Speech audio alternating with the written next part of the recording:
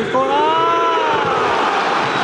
الجار يعتمد على نقطة قوته، وبالتالي تفوت هذه الفرصة، لكن تبقى الخطورة قائمة. خليلي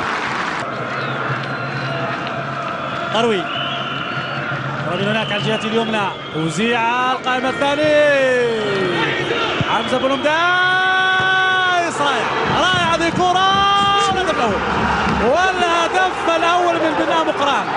ممتازة الكرة في المرة الأولى عن طريق حمزة بولمدايس. طبعا إذا كان ممكن حتى نتابع مسجل هدف هذه اللقطة اللي كانت بكيفية تقنية صعبة جدا، كانت القائم. ونشوفوا اللاعبين يعني تواجد حوالي 3 لاعبين من جانب عناصر الشبيبة في هذه الكرة. شوف يعني مرة أخرى حتى التنفيذ تاع يونس غير مدروس تماما. تعديل النتيجة من جانب فارس حميتي، خرج من خلف الدفاع في لحظة نقدر نقول ولا واحد كان يتوقع هذه الكرة.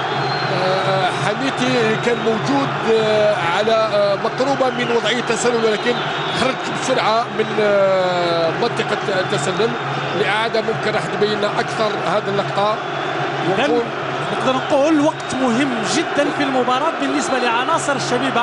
مباشرة للاعب شبيبة القبائل عن طريق زيتي. قروي يستعيد هذه الكرة لكن لحظات فقط، ثم إلى نساخ في لقطة معادة على الكرة السابقة، وتدخل موفق لصحراوي. كرة أولى ناجحة 100% من صحراوي، لأن بقى بينما يونس في هذه الكرة سلسلة من المراوغات. تمريرة أمادا ويدخل الدفاع.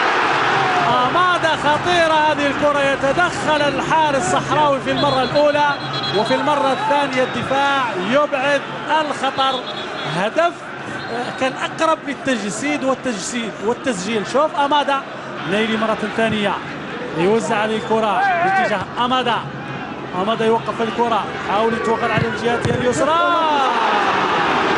كانت فرصة لحبايش بحسن حظه أنه أبعد الكرة إلى الركنية. زيتي على الجهة اليمنى يوزع هذه الكرة.